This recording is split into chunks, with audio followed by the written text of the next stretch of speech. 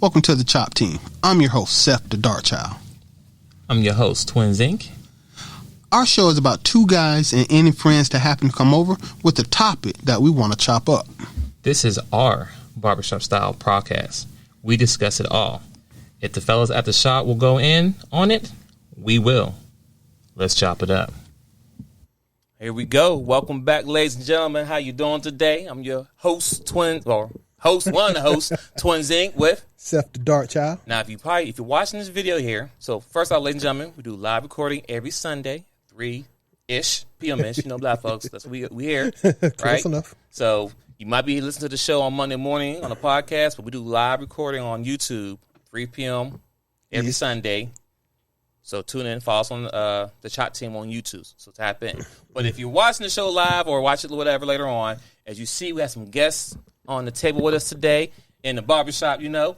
Now, one face you do recognize is Chunky the Don. Holla at me. If you've been following the show, been rocking with us, you know, Chunky Don was one of the first people to join the show with us. Mm-hmm. So he's not new to it. He's been busy working, doing his grown man thing. Also, we have a wonderful guest today. His name is Sage. Let's get that mic over a little bit. Sage. There we go. Oh, hold on. Go ahead. Sage. Okay, there we go. You know, in here, but I see recording. We're good. So we have the Sage as well, who's in the building today. So, as you see the topic, some of y'all might be triggered already from last week, but hey, here we are. And we have a good panel here. And before we get back into it, so you have Twin Zinc. I'm married. Mm-hmm. You have Seth Darchild, who's happily divorced. How many years were you in? I was in 14 hard. 14 hard. We have the Sage on the table. He's married. How many years? 8. 8 years, okay. And then we have Chunky the Don, who's not married, about to be married soon. What? Oh, that breaking news? Breaking news. Oh, hold up. Wait, we've not done our job at all. No, we right. God. So, ladies and gentlemen, see, so I'm glad he said that, right? Because he, like I said, he been here with us in the beginning, and he listened on and off. So he's still getting married after everything that we're saying. We're not saying you shouldn't get married. We just give you all the information laid out in front of you so you know what you get into. So if stuff do go south, then you know. You can't be like, dang, Wayne, you never told me. Wait a minute. I told you multiple times on the show. I gave you everything because everything wasn't taught to me, and I'm learning as I go. Not saying I'm happy. Not saying I'm not happy. There's things you learn as you go. It's just knowledge, and I'm passing knowledge on. So if it doesn't apply, let it fly. Right? Yes, sir.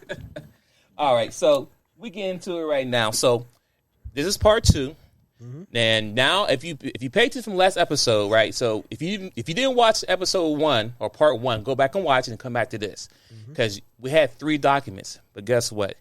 We have 4 documents now. So Exhibit A, the one piece of paper, is the marriage license. Exhibit B is a car note. Exhibit 3 is about maybe 200 pages of, or maybe more, of a mortgage papers you got signed, right? Mm-hmm. And then the last page, this is one that Seth the Dark Child brought into us. What is that? What you got with it, sir? That is my divorce documents. Everything from being served at the front door to finalized. And also, and you may not be able to see it right away, so close, but he has a stack of papers, but also he has a jump drive. That means that's more documents, more papers to sign.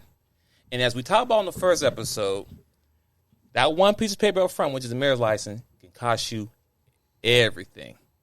Yes. That one piece of paper, not the page, this $27,000 here, you can lose it and still get it back. This house here that may cost $200,000, you can lose it and still get another house. But that divorce decree and not marriage license can cost you everything combined together and your kids, everything, your peace, all that stuff. Yo, you know what I realize is funny about this divorce decree is that you don't pay, $25 to file for a marriage license, but you will pay to get out of it for years. It will take you years to pay to get out of something that costs you $25 to get into. Now, we did kind of break down a little bit math on the average guy. We ain't talking about the Dr. Dre's or any famous people. We're talking about the average person who's been working from the early 18s or 20s who had a 401k stable, right? And 7 days after the divorce had been final, once the judge says, boom, here's the verdict, 7 days. Within 7 days, the woman that you were married to And man, it goes both ways, right? Yeah, But it's the person who makes the most money. It's Right. the It's definitely- most resources. It's definitely the person who makes the most money, right? But this is a man's channel, so right now we're talking for the men.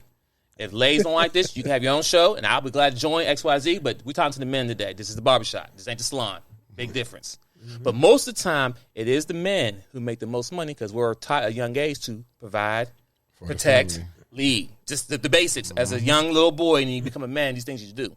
So within 7 days, a woman could walk away with easy $700,000. Within 7 days, tax-free. Yep. Because if you have a house and there's equity, a check is cut there. Yep. Simple as that. If you have a 401k and you've been working since you were in your early 20s, she gets half of that. Point blank, period. Yep. And I know some people got over $1 million plus, and the average working dude, because you've been saving money for 20 plus years. They kill me thinking like the average man don't got money saved up. We may not have the $1 million in our hand physically, But it's there. But if you've been working for 20 plus years and you have a 401k, you're going to have some good money put to the side. It's just that simple. But the fact is this, in 7 days, she gets half of that. And the crazy part is that, as a man, even though she takes half of your $1 million and you get $5 left to yourself, you get that when you hit 65. But no, you may not even get that because they cut you small checks at a time so you can live longer life. She gets that in 7 days. All that money in 7 days, and then you got to figure child support and alimony from there. She cashes out. So, as I'm doing a recap and giving you more information here, at the end of the day, ladies and gentlemen, and especially to my young fellas, this is the risk that you will take if you say, I do. You put the ring like this, you peel on the finger. This is the risk that you take. And you have to understand, the most men who want to get married, right, we're marrying these women based on the traits of the history of marriage, right? But the women are not thinking that marriage is what it used to be in this day. They're looking as like, hey, it's a get out of jail card. I can cash out at XYZ. If I'm not happy, I can just leave because I want to. And I'm sorry, you can argue me all you want. 60 to 70% women are leaving marriages. And everything that we may say, nothing's absolute. We do have men who do leave their wives. I know one right now who is a breadwinner of her house, right? And she's going through the ringer now because the guy wouldn't take all her assets in XYZ. So it does happen both ways. But I'm speaking majority of the time, it's usually men who's getting drugged through the dirt. Yes. And no one cares because no one cares about men's feelings or anything else. We got to, you know what, figure it out afterwards. No, we're machines. That's what it is. We ain't got no emotions. Sorry. Yeah. And people do care, bro. Because that you give a woman $700,000 and that's $700,000, you know, fantasy money, right? That goes right back into the economy. You give a dude $700,000, that might be a business, that might be a house that might get purchased, or he might just save it because he don't need to spend it. Give that same amount to a woman, and there will be red bottoms and Birkin bags. So it's a reason they don't want to change it, even though everybody know it's dirty. And before we have the guests and everybody jump in, Seth, go ahead and give us a little more detail on the process, or you don't got to give us everything, but the divorce, because I'm not there, so thank God. But I mean, you don't never want to be here. no, don't want to be there. Listen, okay. I'm gonna try to figure out. But let the people know what could possibly happen. Well, no, okay. It's the risk. Gotta know. You know what? I had a, anecdotal evidence. So I had a conversation with a young lady today, old friend, and we were talking, and I was explaining to her what happened with the breakdown of my relationship, right? And it started out basically we was in love. We were young and dumb, right? When I proposed, I promise you, the idea of what would come with being divorced never crossed my mind because I didn't know what I know now. What you know now? That the average marriage only lasts 7 years, and that women, even though you know it, you don't know it, that they do get a severance package. If you as a man do what you are supposed to do as a man, take care of your family, protect, go to work and work hard, you will accumulate assets that you actually don't have access to while you're married. You don't have access to the equity in the house if you're living in the house, because why would you want to take out a second loan and cash out the equity for no reason? You work hard for your 401k. You have no intention of using that money until you're 65, 70 years old. So you working hard with no access to your actual resources. And I didn't know that when I got divorced, I didn't understand. Nobody taught to me that all the resources that I've been building up in what I thought was a happy marriage, the moment she wants a no-fault divorce, meaning I'm not happy, you're not there for me, blah, blah, blah, she can cash out once again the half of the assets. So, and she will have full access to half of everything you work for, and your dumb butt still can't touch it, whatever you got left until you 70. I mean, if you make it to 70. Yeah, I don't even know why. And if you find a woman who dumb enough to marry you who makes more money than you, which doesn't happen often, it does happen. Everybody can say Adele is going through this and Halle Berry is going through that, whatever. The truth of the matter is women are not dumb enough to marry somebody that ain't got as much, if not more than them, for the most part. So when they cash out, you'll be struggling to get back, and they'll be driving a much better car than you on money you gave them because you were a good man. It's a sucker move.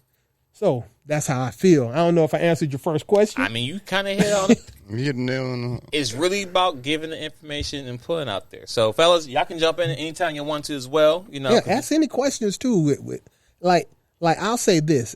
So like I said earlier, it's $25. I don't even know exactly, but when I got married, like $25 for a marriage license. Right, that's it.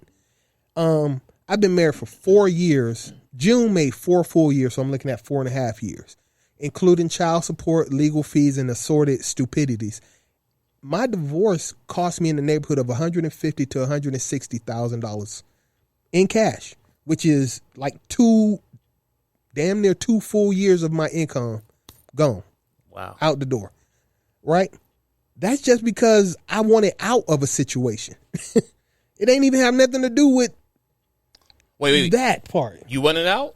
No, I mean, I'm just saying, because you broke up. If I hadn't paid $25 there, I still would have had to pay child support, but I'd have been looking at an $80,000 loss versus $160,000. You feel me? I paid $25,000 for that. That made me do this. And at this point, I like relationships. I think you should be in long-term relationships. I think you're absolutely insane to sign one of those. I'm sorry, Chunky. You got something to say? I mean, yeah, what's your thoughts there, Mister? I'm planning to get married soon. What are your thoughts here, sir? Go ahead. I can respect that, but you know, all of us have grown up differently in different lifestyles. You know, in different homes and everything like that. Mm-hmm. But to me, a marriage is, from how I was brought up, a marriage is, you have your ups and downs. You go through the battles, the struggles, you know, and absolutely, we were all raised like that. And with my parents now, I mean, they're up top. You know, my father's not married to my biological mom. He's married to my stepmom, and they've been together since '99. So that's about 13 years, almost 14 years. Is it 99? Yeah, 20 years. Yeah, I'm just 20 years, and I've witnessed some of the struggles that they've been through, and they still willing to make it work. So that's something that I say that is one of my go-tos as to why. Understood. I want to be. Wait. Because I want to go in too, but sorry. Keep going. Go ahead. Well, as to why I want to get married, but you know, society has been pushing for the divorce because, you know, like they don't want a happy home, especially in our culture. They don't want a happy home. So, I mean, I'm trying to change that tide. Okay. So that's my opinion, right? As of right now, until the conversation goes further. Okay. Sage, you want to run with it? Well, I'm going to put a little more to my story. I've been married 2.5 times. 2.5? 2.5. 0.5 was I was engaged. And I don't believe every engagement needs to lead to a marriage. I think the engagement is that space to solely focus on that one person. Because before then, you're just dating. Okay. You're actually just entertaining. You can say we're serious, but really when you're dating, even if you say exclusive, there's still roaming eyes, and what my boys used to call it, reckless eyeballing.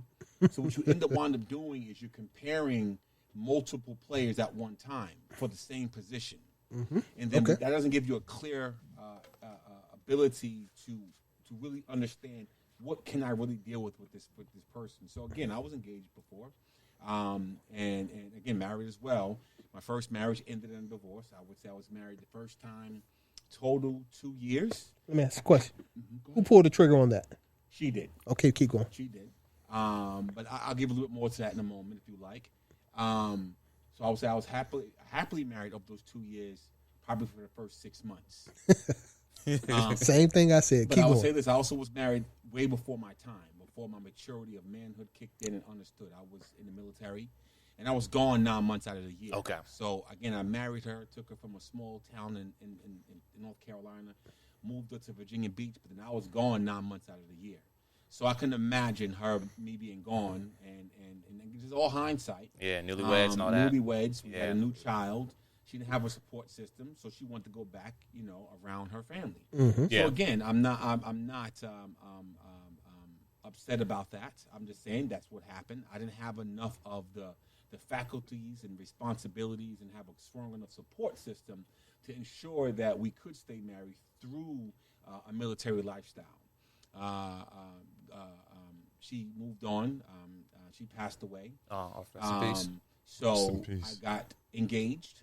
And this time I was a little bit more older and wiser. So this engagement was more so a real relationship. Because prior to then, we were dating, but we were dating long distance, a lot of things going on. So my engagement was more so to lock it in and say, I'm going to focus solely on you. You're going to focus solely on me. Again, at the end of that, I'd say first year, about first year, I decided I didn't want to do it anymore. I realized that who I was and the man I was growing into be, she was not going to complement that. We just were not. We were in lust. I can't say neither of us were in love, but I don't think we really understood what love is, and that's another topic for another day. A lot of people think that they're in love, but until you love yourself, you cannot love someone else. Preach. So then I moved on and got married to my lovely wife. Now we've been married 8 years. We had an 8-year anniversary this past March. Oh, congratulations! Thank you, sir. And everything I've learned and what she's learned, I don't foresee us getting divorced just because we are married for different reasons at this point. We actually understood, we come to an acceptance that for us, and just for us, marriage is not about making you happy, but for us, it is about making us holy. So that's how we roll with it. Mic drop. So because of that, understand for one to be holy, one must go through sacrifices and give up themselves. But we also understood that when we got married and we built the foundation on a vision, meaning we had children. We knew what we wanted for our children. Both of us came from broken homes. And so we made the agreement that no matter what we do, we're going to fight harder to stay together than to move apart. So, again, we've done counseling upon counseling upon counseling. We surround ourselves with other married couples so that we can then share honestly and earnestly kind of our struggles. So, again, for me, I definitely understand every man's journey is a little bit different, and every man's understanding of or commitment to marriage is different. So for us, again, we took the word divorce off the table. We didn't say we couldn't get some kind of separation because me and my wife actually, similar to you, I remember one time, but year 2, we were heading for a divorce. And we were actually screaming and arguing on the way down to the courthouse. Wow. Literally in the parking lot, screaming and cursing each other. Walking into the courthouse, screaming and cursing, and end up getting to the front of the line. And they were like, y'all still living together? Yes. Well, in the state of Georgia, that ain't going to work. You're going to have to be separated for a year. And it was like, I'm stuck with her for another year?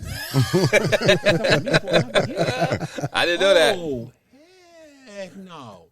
But then that was okay. That, again, for us and our faith walk, that was the best thing for us. Right. It gave us another opportunity to say, okay, if we're going to have to do this for a year, let's really try to do something we haven't tried to do before. And that's when our faith walk began to kick up for us. Because we got married in the church. We didn't do the justice of peace. We got married on our faith foundation. We got married with that understanding that our faith and who we believe in is going to be that peace that's going to keep us together even when we want to walk the other way. So because of that, that's where the question that was posed to us, and what I said earlier, in the group of married couples, the leader said, okay, I know you guys are unhappy, but what if God never intended marriage to make you happy, but holy? and made us look at each other. And we thought about that. We drove home in silence and thought about that some more. And it really changed our paradigm about happiness, because happiness is a fleeting emotion. I could be happy today and not happy tomorrow. I might not be happy next week, but happiness will come back depending on what I'm willing to do to become happy. So for us, once that happened, and we begin to reshape our understanding or accept, I'm saying understanding, but really acceptance of this is a marathon. And this marathon is not going to be filled with happiness. It's actually going to be filled with more hurting. If anybody ran a marathon before, your sides hurting, your pains hurting, Feet, back, hurting, everything. You get a headache, you're sweating profusely. You wonder when this is going to be over. Never. But for us, again, we decided that we wanted to be married 30, 40 years. We've seen those marriages, and we wanted to be there. Yeah. We knew that was going to take time for us. Again, infidelity is not one thing that we tolerate. And I'm going to put a disclaimer out there. I told my wife one time, if she cheats on me, let's say, God help her. And God help him. Because I told her this to her face. I'm not going to put it out here on the airwaves, but anybody understand what I'm trying to say? God help her. God help him. Because I wouldn't do that. I'd rather you say you don't want to be with me anymore than step out on me. So we made that was never going to happen in our marriage, right? And we took divorce off the table. Once we understood, it's not about your happiness, right? But we have a legacy. That's key right there. Right? It's a legacy we're trying to build. And no legacy that is built only on happy moments. It's actually through the adversity and trials and tribulation that legacy is built upon. So really, for us, although we don't like the adversity, and we have times where it's like, man, why did I commit myself to this? But it was the vision and the mission that we're trying to accomplish. Again, like the brothers have said, most marriages and numbers don't lie. Men lie, women lie, numbers don't lie. Facts. They don't lie. 60 or 80% of marriages end in divorce, especially in the minority community. Right? And I'm gonna give another piece to this. It was an ancient Asian or Chinese proverb. It goes like this, and I heard it from a client of mine. He said, in a broken nest, there are no uncracked eggs. Me and my wife understood that we were cracked eggs. So we couldn't expect for perfection and a certain type of love for one another because we were already cracked. So we had to extend grace and mercy to one another, even in those times we didn't want to. Again, minus infidelity, because that is a willful act. You don't just fall up on the stuff. I just fell up on it. I was drunk. No, we don't play them games. Okay, we are adults here. We're not children. So that right there for us was non-negotiable. Now, I'm not saying people don't grow apart, but I think people, for me in mind, people grow apart when they stop trying to grow together. So again, I'm gonna stop on that note because I can go all day. But any questions, any comments, I'm pretty much an open book. Have you ever watched Kevin Samuels? I'm not familiar with that, John. Then, brother, you are preaching his word. I'll give you seriously. That part about the happiness, he talked about that a little while ago, and that's the same conversation I had because I was looking at Will and Jada. You know, real talk. I love that. See, that's why we're having this right here because I'm negative. I didn't have anyone to say the words you said when I got married. I went into it thinking I had a job to do as a man if I get married, and I really should have I stayed married 14 years. I really probably should have got divorced 4 years in. But I did what I had to do. It affected my weight. It affected my mental health. It affected all my health. I was still trying to be a father. So when she finally pulled the trigger, I'm pretty sure she was done before I was done. But the benefit of staying married outweighed the benefit of not being married.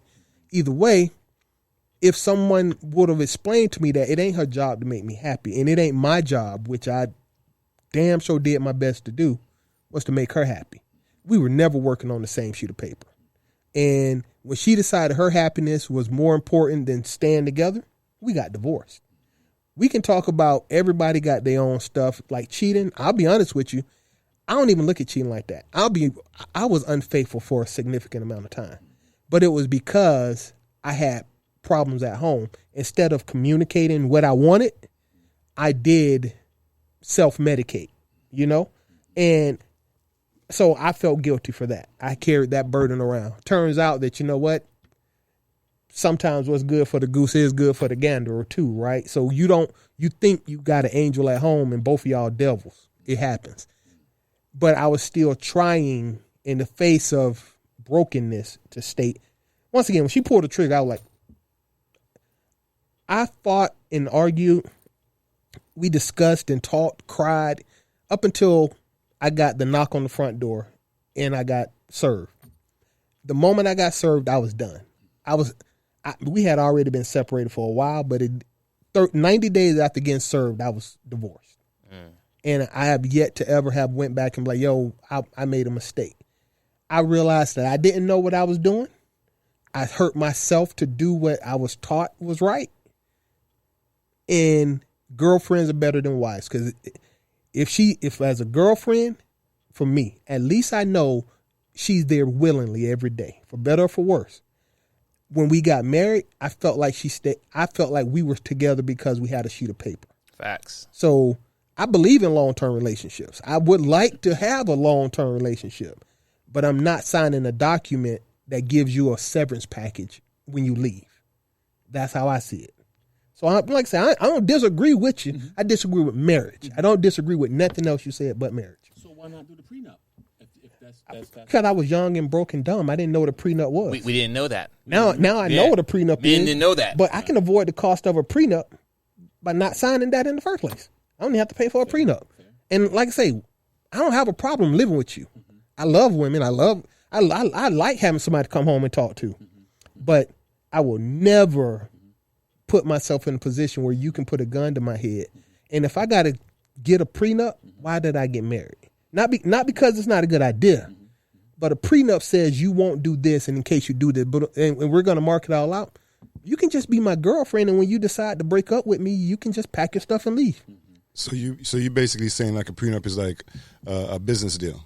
Well, marriage is business. I mean, we know we're talking about the prenup part. We already know marriage is a business. Okay, one of the biggest business in America. But I'm just saying the prenup part. Exactly. I like I say, I don't dislike prenups. Once again, I don't dislike any of it except for that document, because prenups are smart. But I've also seen recently, you can argue the prenup, but like, you signed this in good faith when we got married, but now you want to argue that you was coerced into signing it. And it doesn't take much to prove coercion nowadays, depending on what kind of bootleg judge you got. So, once again, I'm not arguing it. I'm just saying that for my kids, it would have been better for us to stay together. For the amount I paid to get divorced and the amount I paid for you in child support, that was my children's college education. It's cashed out. When they go to college, I don't have it to give. And what I have worked to build up for myself, I'm in a position of feeling guilty for wanting to spend my money on me. You left me and cashed out when you left. Now my kids have got to go to college, and I have to sit there and think, damn, I really would like a Tesla. But I got to pay my kid college tuition. I could have saved for his college tuition if me and you hadn't got divorced. And what'd you do with the money? Did you save any of it? No. No, why? Because it is big business. It's marriage. Okay, I'm take it up here economically speaking. Marriage isn't pushed in America for a reason, because single people spend more than married people. Women spend more frivolously than men. You take them out of a relationship with the man, they spend even more recklessly, right? And if you take them out of a relationship with a man and they spend it more recklessly, how do you get more resources into that person's hand? Child support, alimony, for all of this. All of that money goes directly into the economy. It's not in America's best interest to fix marriage. So, I'm gonna say this. Okay. Going back, I'm gonna go respond to something. Okay. They say a woman will spend $5 because it's on sale for something she doesn't need, and the man will overspend $10 on something that he does need. Facts. exactly. But it kind of goes into what you're saying. But I also want to go back to something else. Okay. Marriage, again, is for two healthy and whole individuals. And that's the piece that I don't know if we talk a lot of it, because I want to ask you this, brother. Okay. What healthy and whole marriages did you model your marriage after? None. So therefore, wait. Let me lie. Let me not lie, okay, because I don't personally. I won't say I know what go on behind closed door, but both sets of my grandparents died together. One set had 11 kids, one set had 8 kids. Sheesh. I had a lot of aunts and uncles, but on my mother's side, my aunt stayed married her whole life. She's still married to my uncle now. So that's it. 11 kids, 1 marriage. On my father's side, 8 kids. My aunt, one aunt stayed married to my uncle on that side. The rest, I'm be honest with you, that generation trash, and that's my mom's generation. Well, they raised us. It was plenty of children. I got a gang of cousins. I had 2 marriages out of 2 generations. Out of 19 possible relationships. And both of those were women marrying out of the family. So So you didn't have a man exactly role model to teach you how to be married. Exactly. Things that you should do in a healthy wise. Now let me give you anecdotal evidence just for myself. My cousin, which, with age and all that, I called him uncle for years because he like 20 years older than me, but cousin. He never married his baby mom, but he stayed with her until she passed away. And I mean like 30 plus years. So I knew, and all the ups and downs you said, I saw exactly what it took to be in a relationship for 30 years with somebody. I did that. I was like, my uncle didn't walk away, and he had plenty of times he could have just not came home. And I can do this. It's hard. I'll tell myself, I schedule myself 4 hours of sleep a day because I had to work 3rd shift. I had another job. I had to take care of the kid while my wife was at work. 4 hours of sleep. That was it. I wasn't like, okay, I'm going to go to bed at 8 and get it. No, I went to bed at 3 o'clock in the afternoon. I got up at 8 and most likely before that, worked all night. I didn't go back to sleep to 3 o'clock next afternoon if I was lucky. 4 hours of sleep on average for years because that was the price I paid to be married. At the same time, I'm listening to my wife at the time complain that I ain't there for her. This goddamn formula doesn't pay itself. The bills don't pay themselves. Somebody has to pull this load, and I'm the man. I did what I thought was right. But doing what I thought was right and damaged the relationship because it would have been better if we communicated better. I don't know how to communicate better if I'm here to sleep. So it was complicated, right? And marriage, divorce off the table, it was never on the table for me. I didn't know. I knew I could get divorced, but why did I get married if I was going to get divorced? Right? I have a question on that. You said there was infidelity on your part, so you were having your cake and eat it too. Absolutely. So when you throw that in there, hold on, when you throw that in there, it wasn't like you were suffering. Nope, I'm not. You didn't hear me complaining. I know it was bad, but this is the price I paid. It is not for everybody. This is a disclaimer. I'm not an angel, and I do not profess to be one. I'm saying that I had needs. I'm stressing at work, and this person over here is giving me what I want without asking for more than I can offer. But I'm not gonna leave my wife. Like I say, I was doing the right thing for the wrong reason. Okay, But you left somebody, brother. I know. You did. That's what You did. I'm not, and I'm not complaining. Yeah, but you sort of are. I'm going to Okay, call it. okay. That's what we're talking about. The $180,000 Okay, cost. okay. So you technically sort of are complaining by saying, because now you have a disdain for marriage because of how your marriage ended, but then we got to look at the domino effect of the parts that you played. So it's almost like this. Me and my wife talk about this. Okay. A new thing we talk about, new caveat we put out there. You cannot cry victim to a circumstance you created. Fair Let me enough. say something then. Okay. Let me ask a question. Set the dark child. So when you did step out and have infidelity, right? Yes. Why? Why? Yeah, why? You know what? I actually can't tell you because what I thought then versus what I did. Okay. As I exercised the option, it was available and I took it. I'm not even justifying it with a proper good answer. Yeah, Okay, I got you. It's not a good answer. I mean, I just want to know because when most, not all, but most men, when they do step out, it's because something is not being fulfilled in their current situation, right? And as a man, when you decide you want to get married and you're committed to this person, right? Mm-hmm. You do X, Y, Z to make sure that person is taken care of. Provide, protect, lead. Those things never come off the table, regardless whatever happens. You can cuss me out right now. You can tell my mom's this. I got a little D. You can say all those things to me, but I will still protect you. She never said that. I'm just trying to see the most disrespectful things that a woman can say, which they have said, right, to a man. Yeah. And when I'm saying that, I will still do everything I need to do to protect you, lead you, right after you cuss me out, right? Because that's my job, my obligations. The problem I have is that most men, we don't pick conditions on things. Meaning this, if a woman feels she's unhappy, she won't do certain things. Yes. You won't get sex. She won't cook for you. She won't dress nice. She won't look nice. She won't live leisure because you got to do X, Y, Z. So my thing when it comes to the marriage thing is this. If I'm going 100% and trying to maintain my basic minimal things to do, you still didn't make sure I'm taken care of. Like, I shouldn't have to ask you for sex. I shouldn't have to ask you to wear certain clothes to look nice sometimes. You should be taking my D anytime. Most men, especially when I'm gone most of the time. When I get home, you should be naked at the door. But most go men, ahead. I'm sorry. Most fellas that I talk to never said when a wife offered them sex, they're like, "No, not tonight, babe." Trust me. Wait. But I'm gonna be honest with you. By that statement, about 4 or 5 years into it, you can turn it down easy. Like, nah, babe, I'm tired.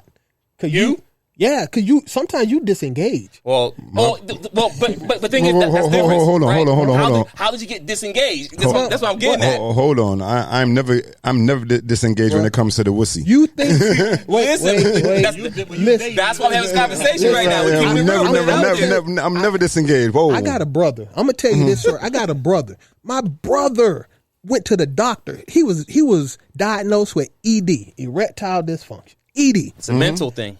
My brother, like, I just can't do it. He was married. He's still married. He couldn't do it.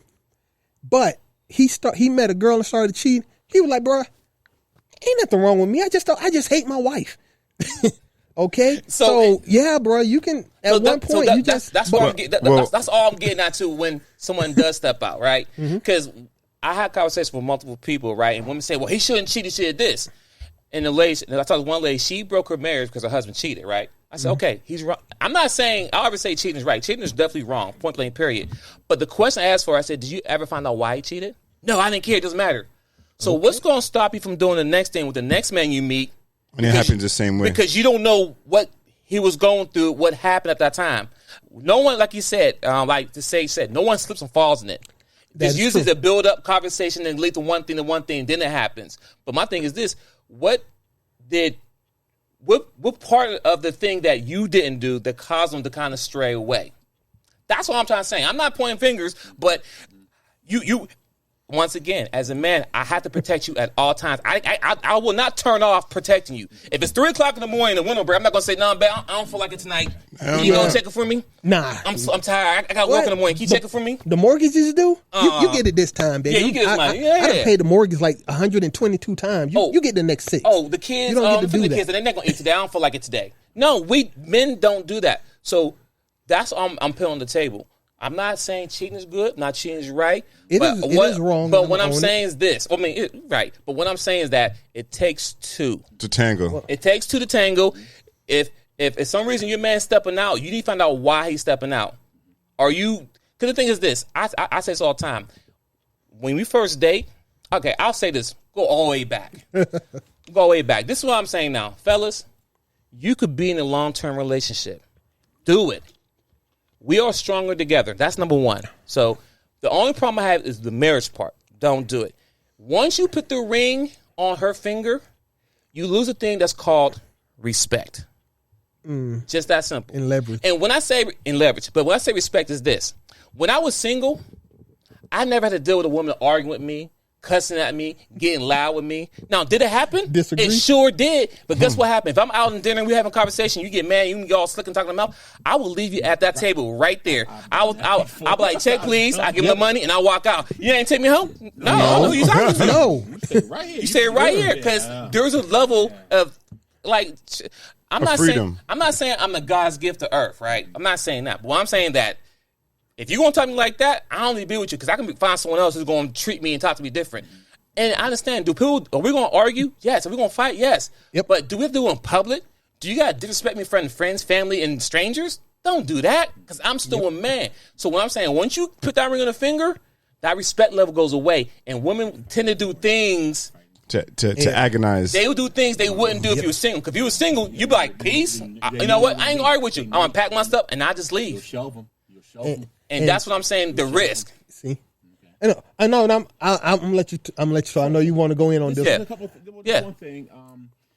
Nothing. You know, I have a lot of different things that I kind of principles in which I go by. One of the things. Hold on, before we go in, Sage, give people a little background who you are so they can understand. Like, who's this guy who's wearing this do-rag, just talk on this stuff? He knows something. Who is this guy? You think he knows something? Matter of fact, yo, who are you, bro? Who am I? Who am I? I'm a lot of things. Talk to to a him. lot of different people. It depends. So I would say I'm actually a licensed clinical social worker. I'm a licensed mental health counselor. I've been doing it for about 15 years. So this is where a lot of my insight and wisdom come from. I do couples counseling, marriage counseling. I do individual counseling. I do family counseling. That's a fact. I do a lot of counseling to a lot of different people. And so a lot of my words that I speak are coming from personal experiences, be it a personal, academic, professional, and how I see other people. I glean a lot of information from a lot of different people. Again, I like to say I'm a wise guy, not in the mafia type of way. I'm from New York, but I'm a wise guy. Son. I like to look in the gray area. I like to see what I don't normally see with the naked eye. And so sometimes our emotions blind us, and that's why in my profession I kind of try to help people balance their thoughts with their emotions, because emotions are like a drug. They will get you high on your own supply, and you can't really see really what you think you're seeing. You're just feeling. A lot of people put their heart and they let their heart drive their head. Thus where infidelity comes in, thus where disrespect comes in, thus where a lot of behaviors that are actually counterproductive to what you just said you wanted. So yeah, that's a little bit about me in a nutshell. But I want to go back and say something. Thank you, sir, for giving to who you are. So people know. Go ahead, continue though. Women, and this kind of goes back to you. Women exchange sex for romance, and men exchange romance for sex. Yes. So we gotta really unpack that, because a lot of times when men are not getting the sex, it's because they're not giving the romance. Fair enough. And again, money is not romance. No, fair That's enough. not romance. So again, and we gotta remember when you were dating, you can come to the bedroom and bam, and here you go, and we running right to it. But as you get married and life takes on a course of its own, women need some more, Stimulation. Well, mental, not just physical. Right, yeah. But a lot of that, that what you did, even when you were dating, you send those funky texts. And I ain't talking about sexting. I'm talking about, tonight, I got you. Boom, tonight I'm gonna put you in the bath water. Tonight I'm gonna rub you down. So a lot of that, when you get married, men kind of forget and think that the P is supposed to be on demand, like pay-per-view. What? It don't work like that. You still have to put in the romance to unlock the sex. But the women have to understand on their part, they have to put the sex to unlock the romance. So what came first, chicken or the egg? That's why in the marriage it can't be, I'm waiting for you to do so I can do. You have to always be unlocking that door and be how I say, you have to be blameless in your approach. And get in our faith and how we walk in our home, if you are 1% wrong, you are wrong. Okay. That's it. So I think when you were saying that you didn't know why you stepped out, well, you weren't getting sex. And that's one of the main reasons, because when you got out, you wasn't going out for a conversation, I don't believe. No. Let me add a little, and fair enough, let me add a little more context. Is that, of course, when you're dating, you just dating. But she was pregnant when we got married. I proposed and got married because she was pregnant. My children have my last name, right? But them first couple of years when we was married, there were 2 children added to the mix. The household expenses skyrocketed. The romance you want versus the basically taking care of our children and our family, I had to make a sacrifice. So you minimized it. I didn't have it to minimize. I didn't have it to give. Spent his energies Yeah, I didn't have it to give. I mean, so when you find the side piece, and I'm not saying you find it, when she throw it at you, and I don't have to do that, invest in it, it was very hard to turn down because I am working 20, 40 hours of overtime per paycheck. I don't, babe, can we go to a movie? You know, I could get another hour of sleep, right? If I don't think I could do that with you, not because I'm selfish. And as they old age up, you making more money. You don't have to do that physical, you back to where you used to be. But there's a sacrifice to start a family. And I think when women turn that off, you ain't investing in our future. So what you're saying is women give sex for romance, men give romance for sex. But if we're going to be together long term, you need to invest in the future. Not just you, because I'm investing in our future. Retirement accounts, insurance, I'm working, keeping a roof over our head. That's an investment in our future. You can't have romance in that investment because I could quit my job and screw you all day. But I can't. So women taking that off the table because they're not getting it, you're not investing in our future either. I'll say this. This is where, if anybody heard the word concurrent planning. Okay. Working a long-term and a short-term plan at the same exact time. Which is what... It's not one or the other. And I think that's what sometimes we get blinded. Well, I'm taking care of the future. And she was like, but I'm here right now. One of the things I had to let my wife understand, we went through this to a degree. I said, either you want my time or you want my money. Which one do you want? I made her make the choice. I didn't make it for her. I said, what do you want more? She said, your time. All right. Okay. Well, then I'm not going to be the only breadwinner here then. I'm not going to be the one striving to make $100,000 because now you want my time. I made her make a choice. So then she can't come back and say... Which I did not understand at the time. I agree with you. That's what love... I'll be taking notes. That's what I'm listening. That's what love and happiness will screw you. Yes. Because it makes you think that you owe them something that you do not. One of the things I told my wife before we got married, when we got married, I said, I'm not here to give you what you want. I'm here to give you what you need. So you don't need to be spoiled. You want to be spoiled. Exactly. Like, I'm not your daddy. I'm not your parents. I am your mate. I am your life partner. I am your grind mate. So if you want to go with a Birkin bag, then you work for that. That's what you want. Right? Exactly. But so again, men have to be strong enough to put their foot down and say, I failed I love right you. there. I love you so much, but I also love me, and I love what we have. But I can't allow you to undermine this because you're working out of your emotional capacity of the fantasy of a little girl who wants a fantasy of what your girls want and what this one. I'm not here for you and me to compete with this girl, that girl. That relationship, I'll be honest right. with you. One of the things we do in my household, and I can't say I banned it. No, I won't say that. But I had strong... guidelines, rules. No, we're gonna go with this. I had strong opposition to reality TV in my home. We haven't done that. In fact, our divorce almost led because she called me a Mitch one time. Oh, she got that straight off of Love and Hip Hop. Of course, you know that. And I was like, so if I called you this, now you want to fight me? Now you want to say I'm not respecting you? But look at what you did to me. Because I didn't give you what you wanted. So now I'm a Mitch because I'm sharing my emotions as a man. I'm explaining to you that I'm hurt and disappointed in your actions. Now I'm less than a man because I'm explaining myself to you and giving you. I'm speaking your damn language, which is emotional language. But now you can't handle it from me because I'm speaking your damn language better than you speaking it. Listen, that's real right there, and that's man. Oh, jeez, message. No, because you know what. The bad part about it, I've learned more about being in relationships in my refusal to be in a relationship since I got divorced than I knew I was in it. I made every mistake that I could make. Sorry, yeah, we sorry. I knew he was going to. So, hey, sorry, ladies and gentlemen. The pause real quick. Cam Newton scored. Salute to Cam Newton. It was dope. And he said, I'm back. And he said, I'm back. I'm back. It is Sunday, ladies and gentlemen. Sorry, it's Sunday. Yeah, all right, back to the topic. Go ahead. Yeah. Okay, So- get back in the hood. Hold on. I think Tech want to say something. You want to go? Yes, sir. Go ahead. So, respectfully, you said 8 years. Yes. You, how long? 12. 12. Hold on, 13. I was there for years. Yeah. All right.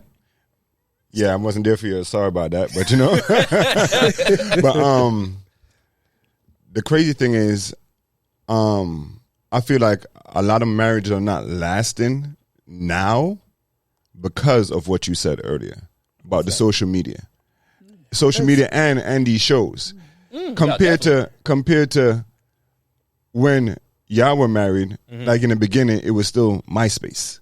It was still the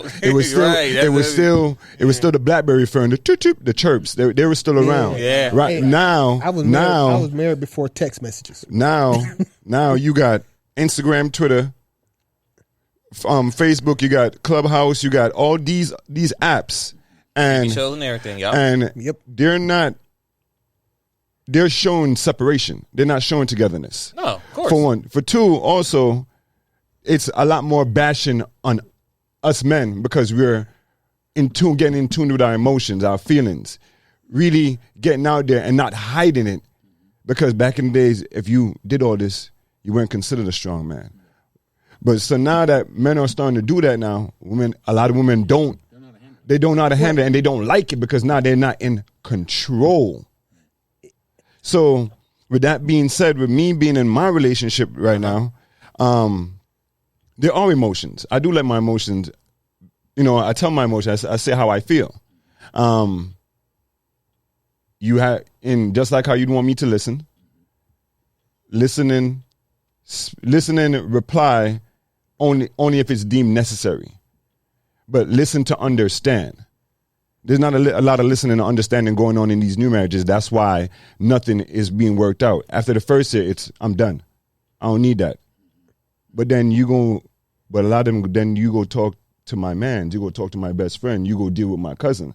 Like, what are we doing here? Mm-hmm. So who is really at fault at that time when it comes to something like that? Is it because I didn't do what I was supposed to do as a man? Can I respond on that? Of course. I think this goes back to marriages for two healthy, whole individuals. We got to really unpack that. Yes. That is it's simply stated, but it's hard to really grasp. What does that mean to be healthy and whole? Well, one of the things is, in order to be healthy, we can go a metaphor. When a man is hungry, does he go to McDonald's to get a quick number one? Or does he go to Publix, excuse my French, go to a grocery store and get a salad? Can he appraise the value of what he's putting in him? Most men don't know how to appraise the value of the woman that they say they want to be with for a long time. So when you can't appraise something and you get stuck with something, now you want to shift the blame onto it was her, it was him. Neither one of you understood your value. So one of the things I want to say for this, me and my wife got married. Again, I've been married 1.5 times before. 2.5. Well, 1.5 before I married my current wife. Okay. So 1.5 when I went into this. Mm-hmm. When I went into it, we were dating in college. Now, there's another thing, too. I had to make sure I married someone that I felt was on my same playing field as far as mental capacity, as far as earning capacity, as far as, because again, I'm not knocking people who have someone who's college educated and someone who's working at Walmart. I'm not. That's not what I'm talking about. But for me, I know I could be a handful intellectually. I knew that. So when I got with my wife at the time, she was just one of my starting 5, 6 men. She was in rotation. She was in rotation. And this is how I told her. One, I said this. I don't have no number ones. Everyone else is 2, 3, 4, 5. My number one is me, my career, my profession, my children. Because I had children before that. Okay, that's one thing I let her know. No one's number one, so don't even try to be number one. I didn't care if you brought the cookie because I had a starting team. I didn't need just one piece of cookie. I like the diversity pack, right? And the chocolate chips and all that. I wanted them with all the oatmeal. I like oatmeal, raisin, peanut butter. I want all Thin mints. Double fudge. Thin mints. I wanted all that. But then once we started talking, I said, okay, now I got to begin to weed out the crowd so that I'm not kind of just chasing every tail that runs by me and it smells good. I said, okay. I came up with my 4 Fs. Okay. I said, in order for me to take a woman seriously, she has to have 4 Fs. Okay? If you only have one of those Fs, you here today. Yeah. You might not be here the whole day. You might not be here the whole day. I understand. You get what I'm saying? You're there for fun. 4 Fs, you don't have enough for me to hang my hat on. You're there for fun. If you had 2 to 3 of the 4 S, I'm likely to sit back and go, I might work with this. I might can work with this. But if you have 4 of the 4 Fs, like my wife does, I had to put my name on that thing. Fair enough. Right? And I'm telling them 4 Fs was. And you can kind of guess what they are. Hey, make sure you hit the button message. Right. Got you. Right? I got you. One of those is going to be, I needed a woman to feed me. Okay? Feed me was more than just, can she cook? Yep. Because a woman who can't cook cannot make sure her man is healthy. Mm-hmm. Right? Because she's going to give him a process this, process that. He's going to have a stomach out to here. He's going to have acne. He's going to have high blood pressure. No, I need a woman who understands nutrients and values. Right? Not a woman who could just go and fry. Oh, God. Or put stuff in the microwave because it's simple and easy. No. Can you feed me? But on top of that, can you feed my mind? Mm-hmm. Can you feed my spirit? Can you feed me internally? If you can't do that, then we might need to stop right now because now it's going to be all about the physical. Yep. Right? My second one is finance me. To take care of me. I'm not a pimp. No, but I'm going to fall on hard times. Right? This is a marathon. Remember, I'm gonna need someone to lean on. We know as a black man in America, if we don't have education, we are dispensable. Right? Our jobs are not guaranteed. So they want to downsize. No cap. The brother's gone. Yep. So because of that, I already knew that coming into the game. So I said, okay, I need a woman who's there to finance me based on the quality of living that I've become accustomed to. And that's why I said I couldn't be college educated trying to make 6 figures and a woman's working, again, making minimum wage. Yep. She couldn't sustain our quality of life. Then she's going to put that back on me. Again, if it's outside of my control, I need a woman to be able to finance me. And I just want to add one thing. I Yes. just interrupt what you just said and also add to the fact that if you are that far above her financially, she does have a very real reason to cash out at the end of the relationship. No disagree. So I just want to add that. I want to bring it right, and I think that's why I wanted to bring that a little closer. Okay. So if we have to do child support and all that. Yeah. See, I've been married 1.5 times before, so I know the game now. I'm like, okay, Message. If our account money's right there, then again, the It's formula it's easy. The formula they do is based on both income, but if income is too far apart, You end up you gonna get jammed up. you bite a You're bullet. gonna get right. Okay, so that was a finance meeting. The other one, you got to be able to do what you need to do behind closed doors. Freaky. Okay, That's- every man wants a woman in the street or the freaking Cheats. non-negotiable. That is non-negotiable. 50 laugh. Non-negotiable. That is a not. Even when we're dating, that has to be the prerequisite for us to even think about anything further. So that's what. Again, I respect women who say they're celibate and all that. I said, okay, that's fine, but you better understand, you're not going to really understand what he is, not even in the bedroom. If you're holding out parts of you, but you want him to show you all of him. Right. That's kind of like I get to hide behind the sheets and not the sheets. I get to hide behind the blinds and give you all this. But then if this ain't compatible, woo, we're in trouble already. You know what? We're already in trouble. Let me add a little color. And I like when you asked why did I cheat back in the day? It was a lack of something at home. But old girl who I was kicking it with, real talk, yeah, we was doing different things. And I will not lie. Some of the stuff I was doing, I didn't even want to do at home. It's like, I don't want to think of you like that. So, yeah. So you do, she could be a freak in the sheets, but you like, the really, really, really nasty stuff, I don't want to do that with you, babe. I love you. more respect thing. I get what you're saying. Okay, To a I'm certain sorry, part. no. And we can dive into a little more, ladies and gentlemen. What that I'm really just saying means. that I Right. thought about it. I'm over here running it, but yeah, that You know what I think that is too? And I'm going to stop. Because that's how society and these rap songs and these porno make you think. porn is horrible. It always puts you in the mind frame of this happening. It's a degradation of your woman. But really, okay, sexual expression is sexual expression. So we got to get more mature. And I'm not saying you were immature. No. But we got to get more mature and say, okay, what happens behind closed doors? That's as long as you're not coming outside your comfort zone and being in compromising on who you are. Again, some things as a man, I'm like, nah, I'm not going to go there. It doesn't make me feel comfortable as a man.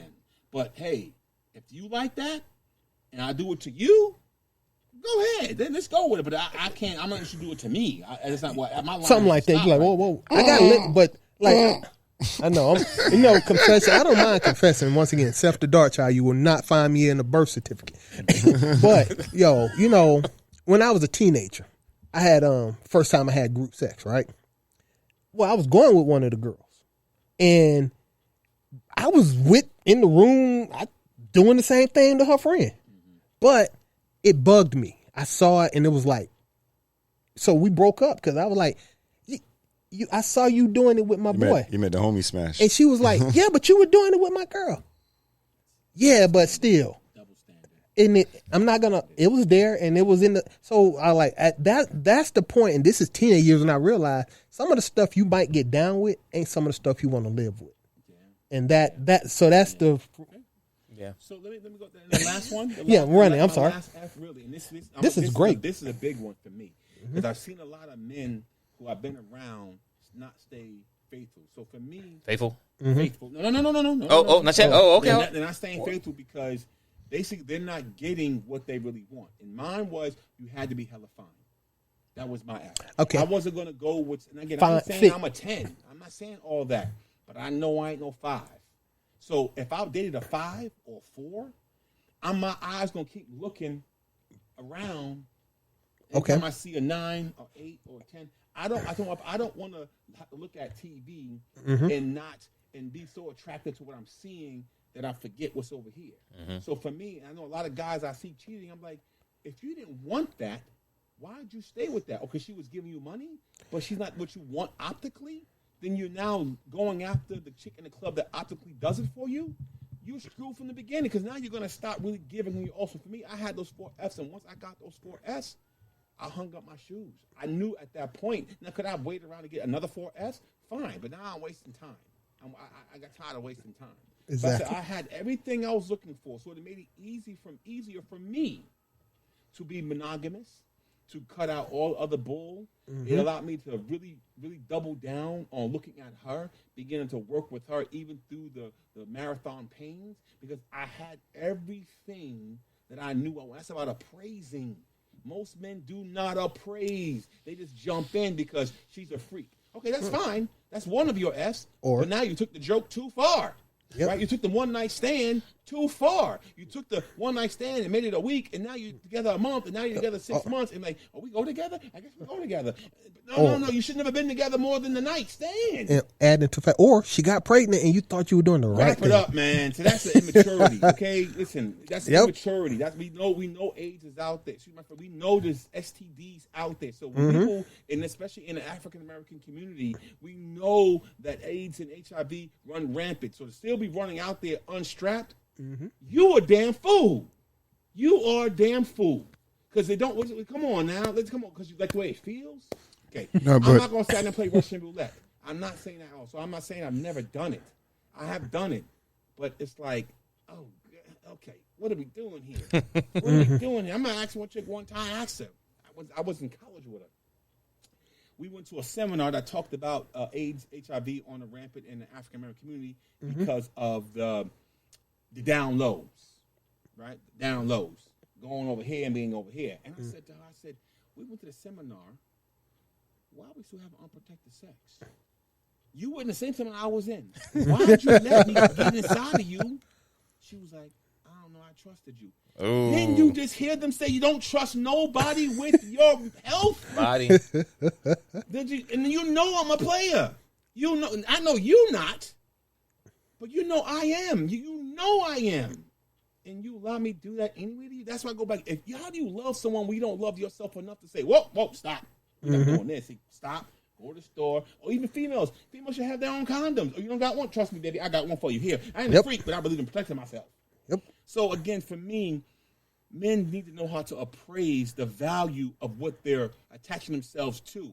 And don't be afraid to walk away when you realize that something that said they were real is really a fraud. No matter how much time you invest, that's why you got to get in and get out. Don't sit in there and marinate in the stuff and getting lost in the sauce. No, you hurting yourself. So again, men, have your priorities in order.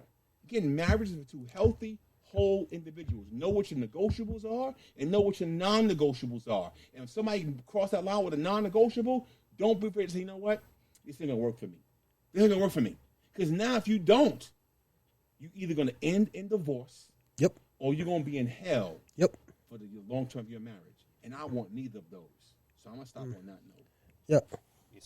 So what was the fourth? I said Fit. Fine. Fine. Okay, let's make it sure. Should be somebody that Fine. I look at and that I really can look at her and say, "Wow, baby, you are gorgeous with Like your clothes on." you let me and with your get clothes you? off, without. Matter of fact, I said without makeup on because I don't do the makeup. I don't do makeup. Nope. I'm an old school I don't- man. And you want to put some foundation on. Some eyeshadow.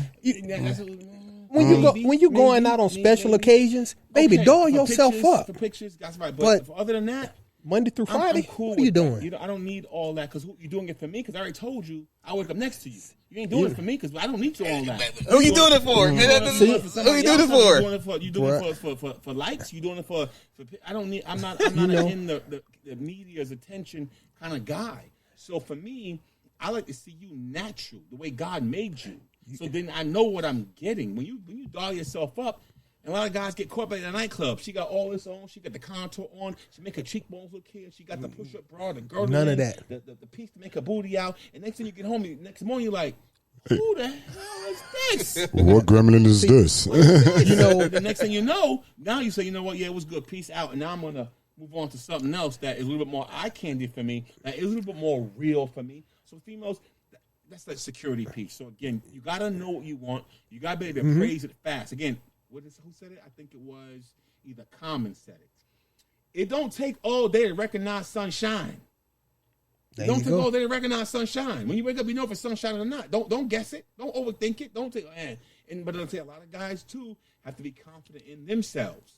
They know who you are. If you think you're so lucky to be with her and she ain't lucky enough to be with you, you're not gonna be chasing behind. Yep. You're gonna be running behind her like a little puppy who's just so happy to be with her. Stop. She should be just as fortunate feeling to be with you. But if you have nothing to give her, like my wife say, hard and bubble gum, you lost the game. Because she can get hard and bubble gum anywhere. In fact, that comes freely. I've never known one female that is hard pressed to get sex. I know hella men hard pressed to get. So for me, guys, know your value, know your worth, and don't be afraid to say, you know what? This ain't working for me. Don't be afraid to hurt their feelings. Women would rather you hurt their feelings today than drag them out and hurt their feelings in 10 years after you done milked them dry, after you done had sex with them all kind of ways, after you done disrespected them in the bedroom. She's giving her all to you. So at least be respectful and say, you know what? I can see already we're not on the same page. And that's why I was engaged. That 0.5. And it was cool. But after I was like, you know what? I'll run all over you. I'll run all over you. And I don't want to run over my mate. I don't want to do that because I know what it's going to lead to. I'm going to be cheating. I'm going to be out there. And I'm going to cause you more pain. So I was mature enough within me to say, you know what? I'm actually separating myself from you to protect you from me. That's real. And that's what I Hey, for a week, that was nice. You could have just did the segment on that. No, straight up everything you said. No art. See, that's the point. That's why we're doing this. Okay, so what you're speaking right now, how many men you think you delivered that kind of message to? How many men you think you need to deliver that message to? Every man that I come in contact with. Why? Now this is back to part of it because it's something you said earlier about appraising. Right. Most men don't have fathers in their lives to appraise. I'm gonna go back to what I said before. Right? Message. Right. What I said was that in a broken nest, there are no uncracked eggs. Now, let's think about this. Let's really unpack this because this is going to be so important to understand. Most marriages, even before now, in the minority, we're going to go minority community, right? But we're going to really focus on the African American community. But in the minority community, 60 to 70%. So 7 out of every 10 homes are broken, which means 7 out of every 10 men are broken. Now, every home don't have men, they have women. So we're going to go with the same numbers. The gender don't mean anything. 7 out of every 10 fine women you come across are already broken. They're cracked. Now let's think about Humpty Dumpty. When Humpty Dumpty fell off the wall and he had a great fall, he cracked. You can't predict how something is cracked because you think you know the history. Everybody cracks differently. So we actually need to be more sleary and scared to be committed than we are to be committed. Everybody wants to be with someone because they're insecure. We have to stop dealing with codependency, and that's why mental health coming out of me. We got to stop getting in codependent relationships. We're so dependent on that person to validate us, to make us whole. No, marriage is for two healthy and whole individuals. If you're not healthy already, you're not whole already, and your mate is not, which I already gave you the numbers. Men lie, women lie. I don't care what she tells you. Numbers don't. 7 out of every 10 male and female walking around is cracked, which means they're not whole. You guys got to understand that. Yes. You got to understand that again. You have to be whole, because if you don't, you're going to bring your crackness to your mate for them to fill that space, and they can't do that because they themselves are not whole. It's like a sermon right here, boy. Good. So Pastor Gino on them. So, married, divorced. I'm divorced too. But you're married now, so Okay, yeah. complicated. Right. Right. Complicated, married. In a relationship. Yes. Right. So, do you mind holding that piece of paper right there? This one. Right. Yeah, right. yeah. So, apart from what has been said, can you give me 5 benefits of that paper? No, when I say the paper, I'm not talking about the paper itself. I'm talking about the five benefits of the marriage. Being that I'm in the stage of getting there. Okay, if you From a guy's point of view? From a guy, only from a guy, because No, let the preacher preach. That's okay. If you appraise correctly, that's a different ball game. If you're not appraising, because the marriage, I can't really tell you if you haven't appraised correctly, because you're already going into a jalopy, like a car. You already. It's like saying I'm about this jalopy and I want it to be dependable. Well, you're already screwed because it's jalopy, right? So if you don't know how to praise what a jalopy is and a reliable transportation is, like, it kills me when I see caveat. It kills me when I see young brothers or young women go to the car lot and get the high-end luxury vehicle with damn near 200,000 miles on the engine and expect that car to maintain its reliability. What? It's already on its last leg. Yeah, it got the symbol on the front, but under the hood, it's pretty much an 80-year-old person that you have to use Viagra. You get my point. So again, if you can't appraise what's under the hood before you buy the car, then there is no benefits to this. This looks good. It's just a piece. It's just something to do. But now, if you can appraise correctly, right? If you appraise correctly, we're gonna go back to that. If you are healthy and whole, I can give you more than 5, but I can just try to list off some 5. 1, no man can live his life by himself. We're not an island. Men are on islands, right? We need companionship. Even in the African American community, we are communal people. Facts. We're not individuals. The European concept has conditioned us to be individuals. If we go back to Africa, that's not how we were conditioned. We are communal people. That's why we have like kinfolk. Everybody's my kinfolk. Everybody's related to me, even if it's not by blood, by adopted fellowship. That's what we are about. So you will have, again, a lifelong partner that you can grow with. So I don't know if that's kind of two. You gotta have someone that, if you appraise correctly, will be with you in sickness and in health, for richer or for poor, which means you're not going to be healthy all the time, meaning physical ailments, medical ailments are going to come upon you. Facts. You might have ED. I had to entertain out my wife a long time ago. Like, one day, one of our pieces down there might not work. Is that okay? Can we still work through that? Because if you can't, now you're afraid to when you have an ED situation, to tell and explain to your wife why you're turning away from her. She's like, oh, you're getting from somewhere else? No, but I'm really just embarrassed because this is going on. But if you have someone, not a girlfriend, but your wife who you've taken to sickness and in health, you don't have to worry about that, because she's still going to be loving you. She's still going to cook for you. She's still going to be there for you. Let's talk about this too. Financially, it's a game changer. Think about this. When you go to the grocery store, How many times do you buy a steak or a can of beans for serving of one? It's always serving 2 or more. So already, if you have 2 incomes coming in, whether I bought the can of beans just for me or for you and me, I win because now I have the same price I'll pay for the one, we both can eat. So now we got financial stability. So now that's on 3, right? I think that's about 3. 4 is, I would say, we all struggle with feeling invalid. And let's unpack what valid means. Valid means expressing to someone that what they're feeling is real, it's logical, and it makes sense. In this world we live in an invalidating world. We've been taught that since we were children. We all been have children or been around children. Their parents say, "You ain't hungry. You just got finished eating."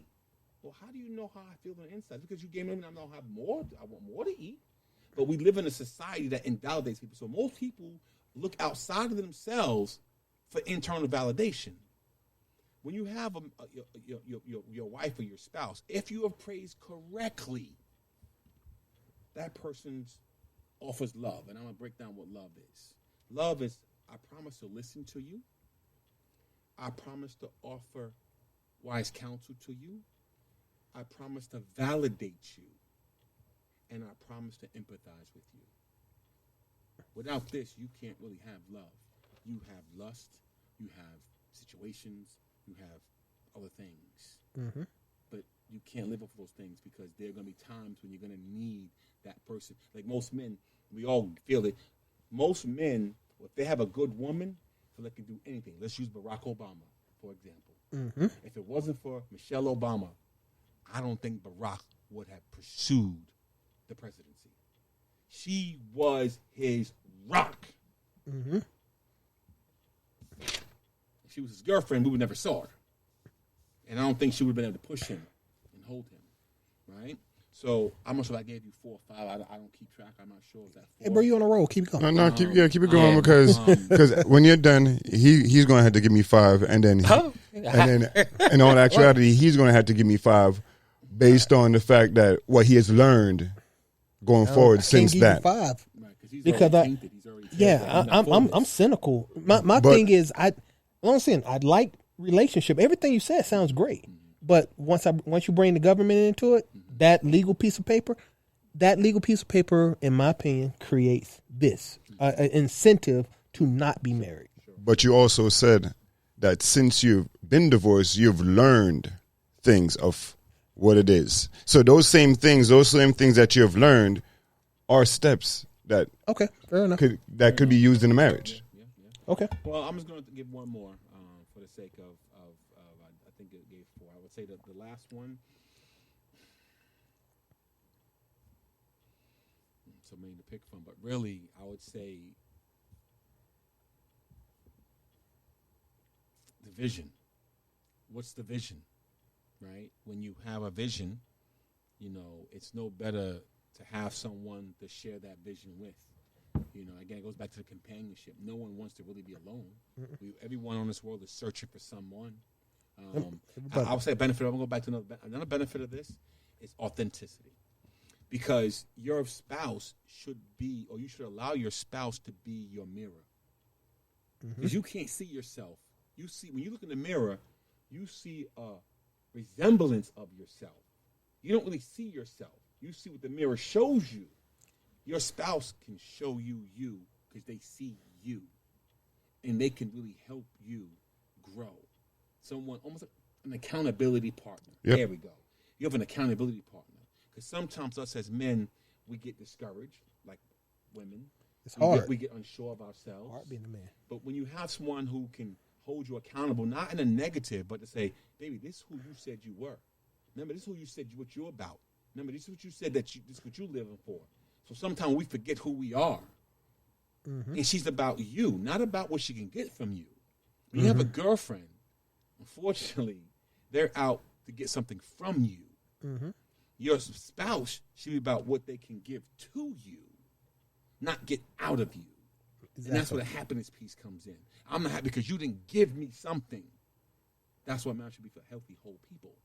So I'm going to stop on that note because I would love to hear everyone else's 5 or more. But that's what I got so far. So what was the question again, Chunky Don? What are the 5 benefits of marriage? I don't know how 5. What was that? That was the question I asked, right? Correct? Yeah. So for me, Dwayne speaking, legacy building, right? Mm-hmm. That's one, legacy building, because as a man, you're raised to provide, protect, lead, right? Leading, protect. And once you have kids, that's the main goal, is make sure you set them in life on the right path, right? Mm-hmm. Whatever I do now, for example, the podcast, right? Never know, this may get caught by any type of sponsor, it could blow up, right? It's not called the Dwayne Show. It's not called Twin Zing Show. It's called the Dachopteam. Mm-hmm. Meaning that if the show continues to grow, keeps blowing, once I'm dead and gone, the show keeps going because my kids can jump on the show and run the show with their own friends and guests or whatever and keep it going because it's a Dachopteam.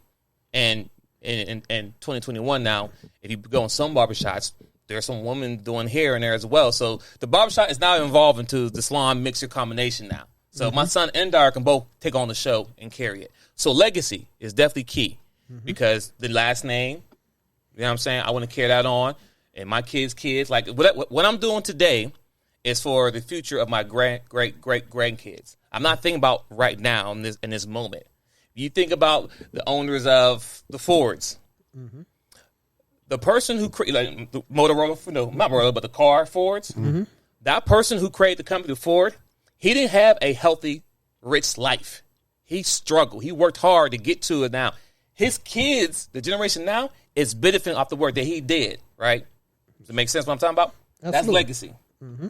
That's what I'm talking about. I'm speaking on the legacy part. Yeah. Up to the right, you go up, you find it. But anyway, the legacy part is what I'm saying. That's the main thing for me, is leaving a legacy for the kids. Mm-hmm. Another bit for that is companionship, right? No one should be alone. Every man should be with someone. Every man should be with a woman. Mm-hmm. This is how that's my foundation.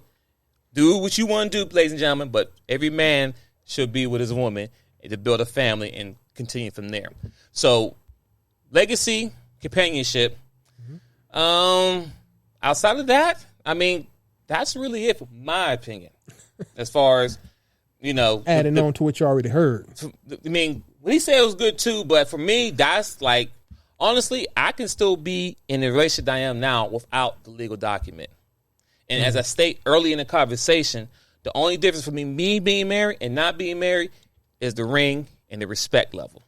Mm-hmm. I'm not going to sit here and candy code. No. I'm not going to candy code stuff here. That's not me. That's not twins. You know me. I don't do that. Listen, when I was single, there's things I didn't have to deal with. Mm-hmm. Being married, I had to eat a lot of shit that I said I would never deal with from a woman in a marriage. Yes. This is being real. I'm not going to candy coat nothing. Because a lot of stuff wife done did, I'm like, oh, Jesus. Take the wheel. If I wasn't married, I'd be gone.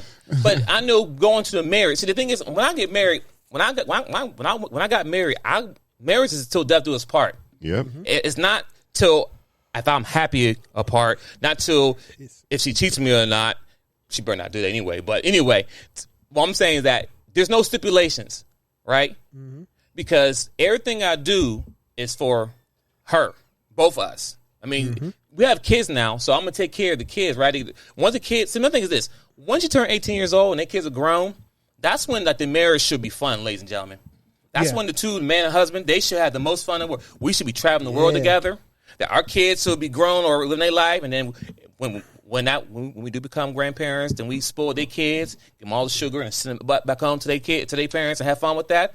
That's what it should be. So during the first 18 years, is it going to be tough? Hell yeah. First 21. 21, whatever. It's going to be tough. And it's supposed to be because, You're building. You're building the legacy. Legacy. Number one. I'm going to work back to legacy. So once again, legacy. What did I say? What the second one I said? Companionship. Companionship. Yep. Those are two things for me. All right. Honestly, that's it. I'm not going to sit here and try to make anything up or anything sound good. Those are two things for me. That's the benefit for me to marriage. Okay. All right. Well, once again, I'll answer. Everything that I'll say has already been said. Legacy. Why am I...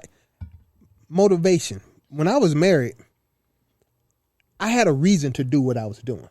I pushed myself at work to advance in my career, not because I wanted to be an executive. I started out driving a forklift in a warehouse. And guess what? My life was great at that age with that kind of money and that freedom.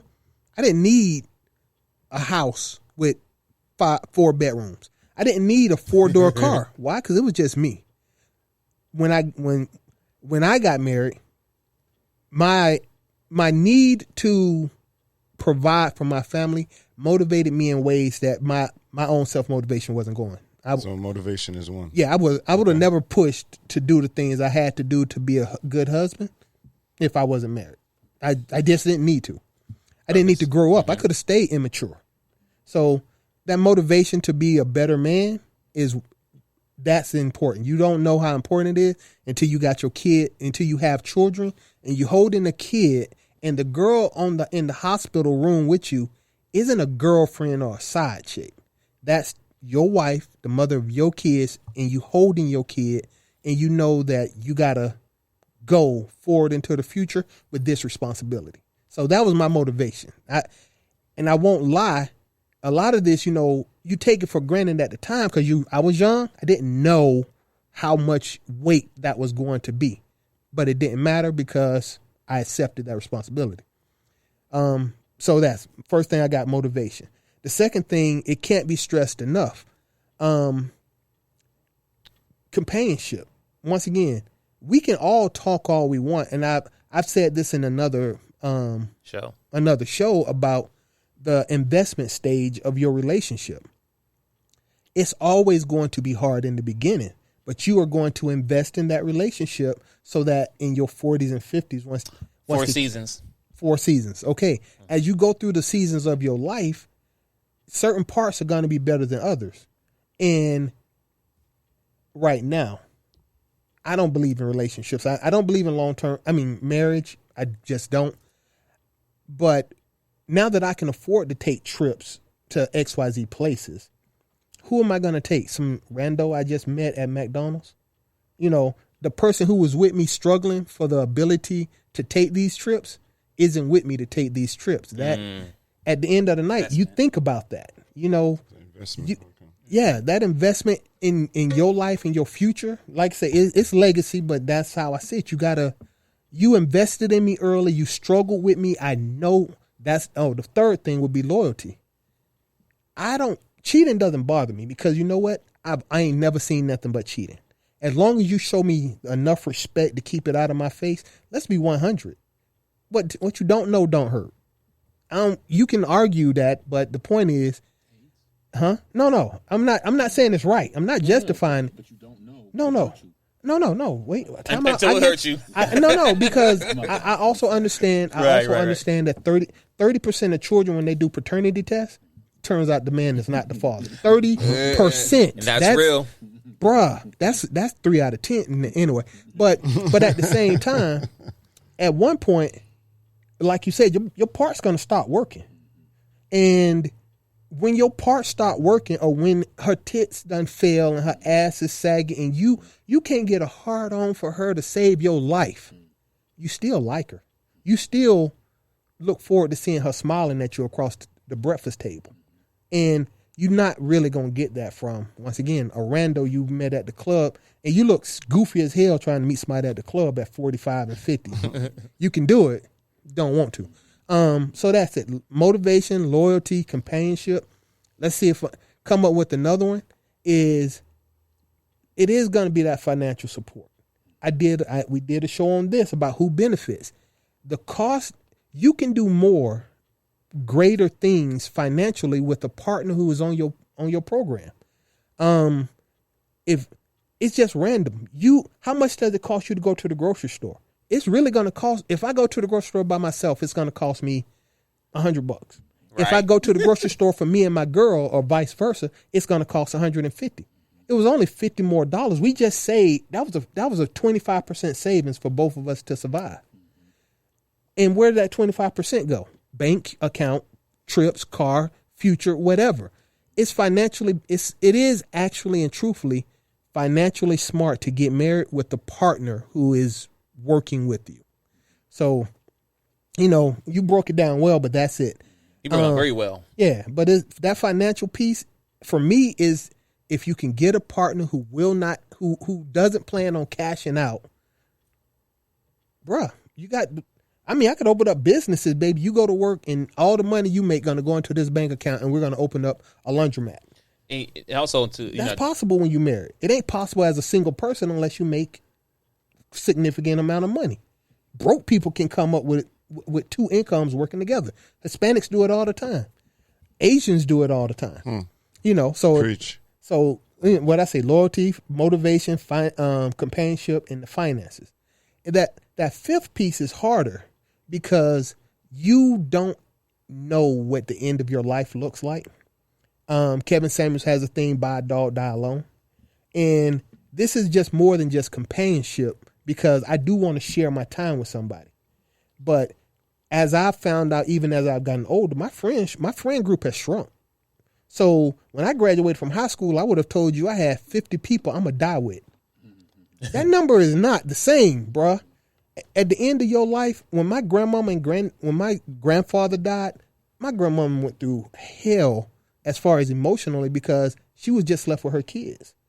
But until my granddaddy died, them two old people were sitting on that porch together watching TV, and that's all they needed because you've invested that much time with that person, and the lack of anything else. I don't know. I'm not a psychiatrist and I'm not psychic. They might have hated each other, but they had each other. And you don't get that, once again, from a rando at McDonald's. So I don't know if that's longevity. I don't know what the word that is, but having somebody there at the end of all things is more important than most people invest in right now. So that would be my 5 reasons to get married.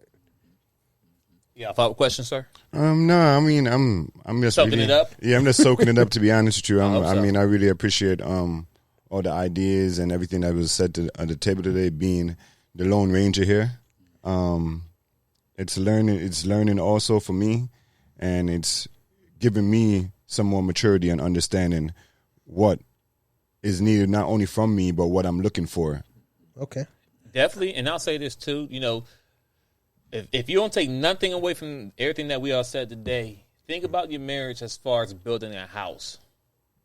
If the foundation is not put together, it's just going to fall apart. Mm-hmm. It's going to cave in on your head. You're not going to have nothing.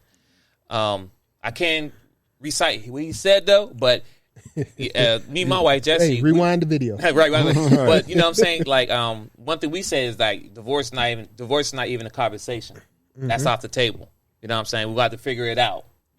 You know what I'm saying? But I ain't trying to quote, but one thing you should definitely do is make sure the foundation's together. Y'all both are in it for not just love, mm-hmm. not just for the title to say, hey, I'm his husband, I'm his girlfriend, whatever. Don't do it for the title. Yeah, don't do it for love. Nope. Do it for, you know what I'm saying, like everything we said today, and we said a lot. Right. You know I don't think none of us said the word love. No. Not one of y'all actually say that. Never. No. You didn't. I was going to answer that. Go ahead. We did, but we didn't use those words. Right. I said love. Listen, offer validation. Offer. Well, you did say love, but it was a small portion of a larger. Yes. Yeah. Let's talk about what love is under this real quick. There is no love without sacrifice. Yes. And a lot of people want the love, but they don't want to sacrifice. That part right there. That's the piece that many people don't understand is, if I love you, I want to sacrifice for you. And a part of that in marriage, and I know we're almost pressed for a little bit of time, is it's not about equal gift. It's about equal sacrifice. Yes. So the gift is the time, the talent that you bring into it.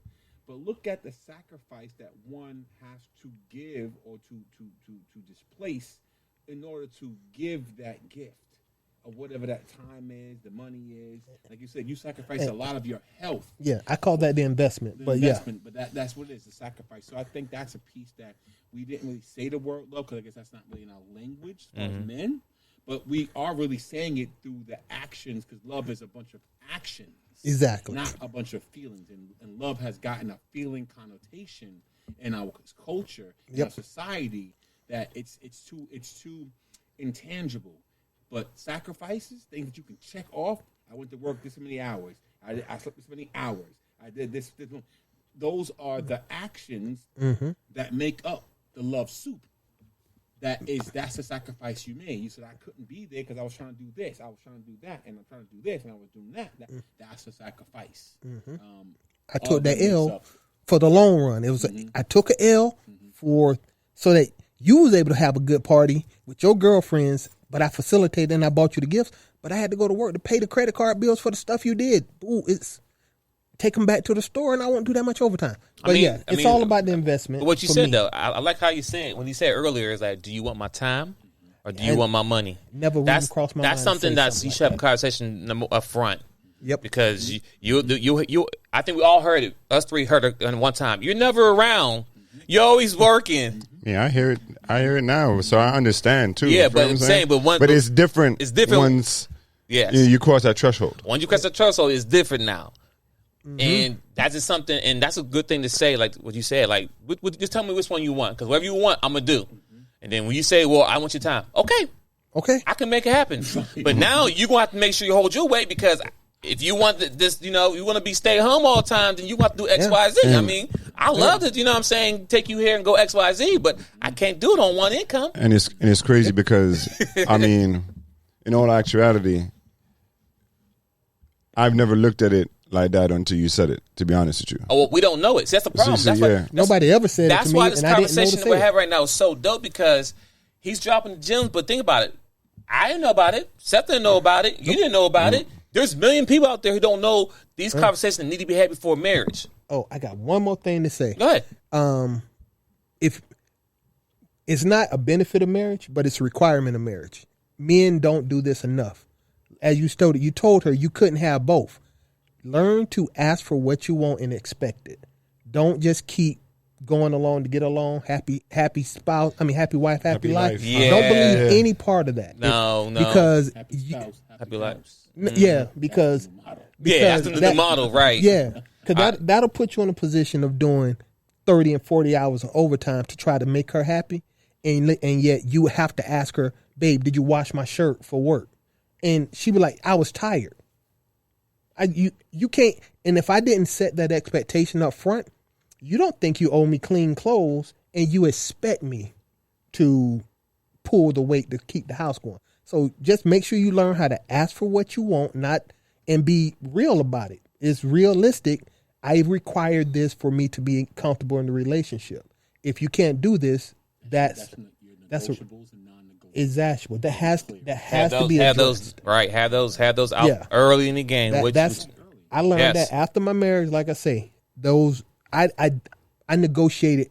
I compromised so much, and the stuff that I wasn't compromising her with, I got it outside of my relationship. That's what I'm saying. I can't tell you why I did it. It was like reasons. It was a book, but I justified it in my mind because this over here is XYZ, but I can live with that if I got this. That shit, it was wrong. It was a waste of energy, and of course I'm divorced now. Consequences, but if I'd have just asked for what I want, expected it, and recognized when I got it, and made sure she recognized when she got what she asked for, we might have been better off. But I failed on that portion. I own that. I would say the failure is in the lack of counsel. You didn't have wise counsel. You didn't have, and so I would say this for me, and I'll be quiet, is you have to surround yourself with the type of people you want to be. Okay? Because if not, if you are seeking to be married, you have to be strong enough to stop hanging with single people or talking about your monogamy problems with infidelity. Single people, right? Single people. It don't work because the advice and mindset that they have, the paradigm in which they construct their thoughts, are not going to be the same lane that you're on. Mm-hmm. So you have to surround yourself with the type of people that you desire to be one day. And it might not be cool. You might be drinking with them. You might be smoking with them. But the things you're going to get from them, unlike your friends who you're just venting to because they're your homies, they're your homegirls, they can be actually your curse. Facts. Add on to what you just said. Me and all three of my best friends at the time, we were all married. So Same amount of time? Yeah, at the same time, man, me, Rob, Bam, we were all married. No, about the same amount of years. Well, we were the same age, yeah. So that's not wise counsel. Once again, I didn't have any older. But see, you everything you're saying, I can't disagree with it. The fact is, we were 4 young men who I considered my best friends at the time, me and 3 others. We were all married. We all had young children. I mean, I got godchildren everywhere. You know what I'm saying? The point being is that we were all married at roughly within a 5-year period. All of us were married. We all had kids fairly quickly in the marriage. And we all young trying to figure out what to do with our lives. So I wasn't hanging around with single friends. I had my boy married, my boy Drew married, my boy Bam married, and we sitting there and our wives hanging out together. And yet all of us were effing up the exact same way. We were all effing up the same way. So hence the blind leading the blind. So nobody was seeing correctly, but everybody was giving advice on consultations. This is what me and her were doing. Experiences. There you go. We got, again, the key here, before I want to make sure you understand, hear what I just said. Surround yourself with the people you want to be like. So which means if you want to be married for 30 years, Find somebody. you should be married, you should be hanging out with people who've been married for 30 years. It could be your mechanic. Yep. It doesn't have to be someone in your close counsel, a family member. Just be willing to listen. That's where I got the healthy whole from. I was getting my girlfriend at the time. I was getting some car parts to her at a guy who was doing stripping his car in his garage in his driveway. He said, "You can come over. You can pull the car off yourself, and I sell it to you for dirt cheap." And as we were talking, I've been talking about my relationship, and he was like, "Do not marry someone who has a mental illness. Not unless they are actively working on managing that mental illness, because that mental illness will create mental illnesses in you." Mm-hmm. And I didn't understand that at the time. But again, he had been married 20 years. So again, surround yourself with the people you aspire. Here we go. Aspire to be like. So one of my quotes I love to put out there is, aspire to inspire before you expire. Say that again. Aspire. It means to have aspirations, to inspire others, to create inspiration before you expire. So, like I said, that was the reason why I asked you two gentlemen. Let's list 5. Because I know there's a lot more you can list, right? Both of y'all. But I also wanted his opinion because he learned from what he has been through. So I want that advice also, because that's going to teach me or help me or guide me in a sense. Hindsight, brother. And how to maneuver in certain things. And nothing is too. So great that you're getting this information from all different directions, right? So you soaking it all in. What information is she soaking in as well? And that's something it must happen. She need to talk to women who are 20 years in plus marriage, not the same age. Yeah, years in. Because we all dummies being dummies. Because, like I said, at the end of the day, it's not men who's leaving marriages. Sorry. Or it's not men who's filing for divorce. I'll say that part. Because men do leave too. Yep. Men do leave. So you just walk out. But let's be clear though. They're not filing for divorce. They ain't filing for divorce.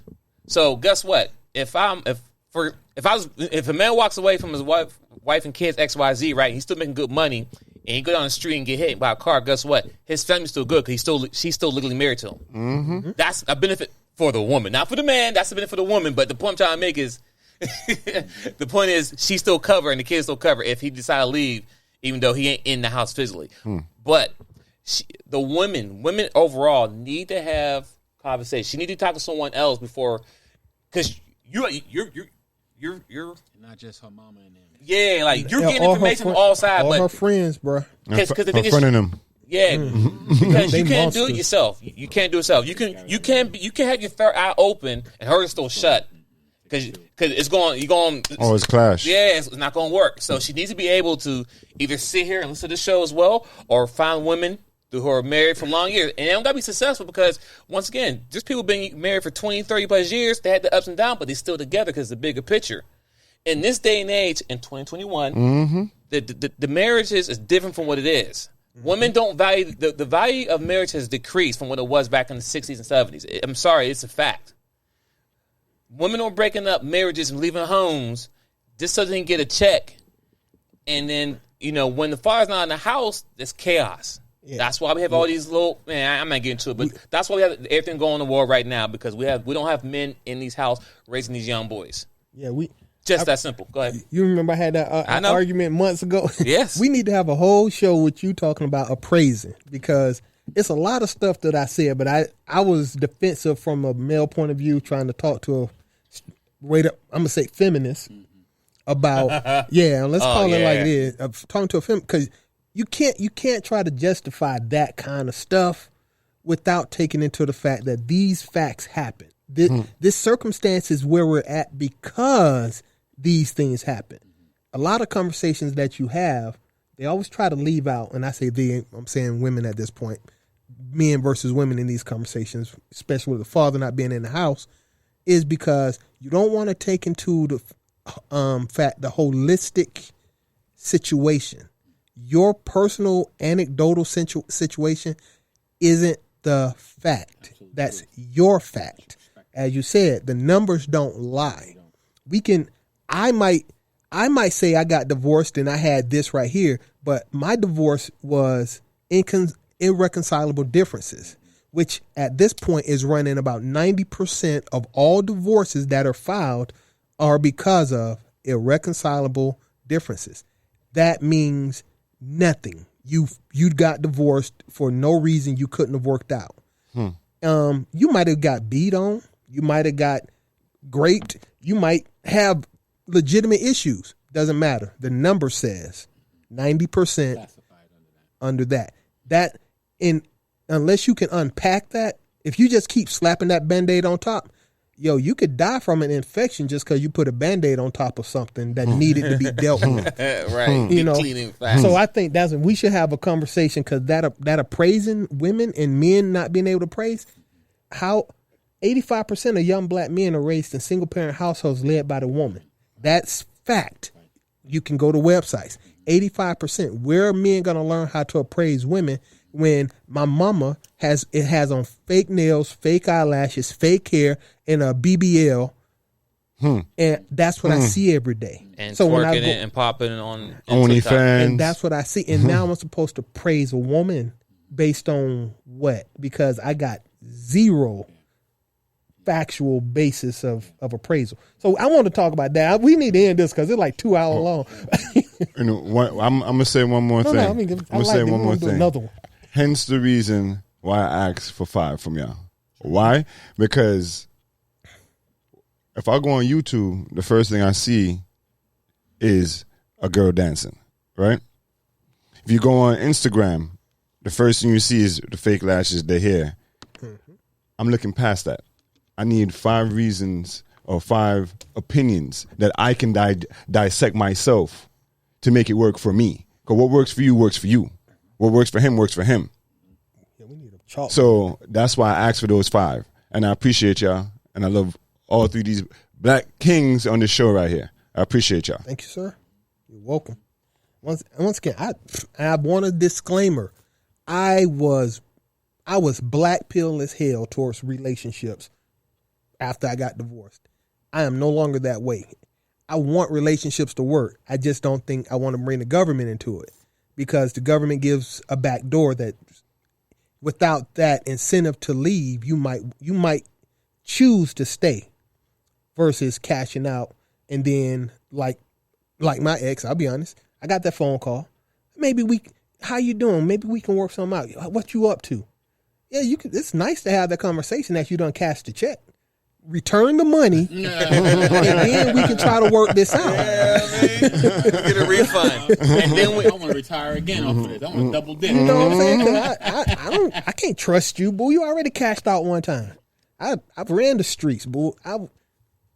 in any other, come on, let's be honest. For most of these divorces, I'm gonna say this: if you put this straight up on street, people die in the streets for what go on in the courthouse, because you have to suck it up. They get to talk to you any kind of way. They get to do you any time, and they got to take your money.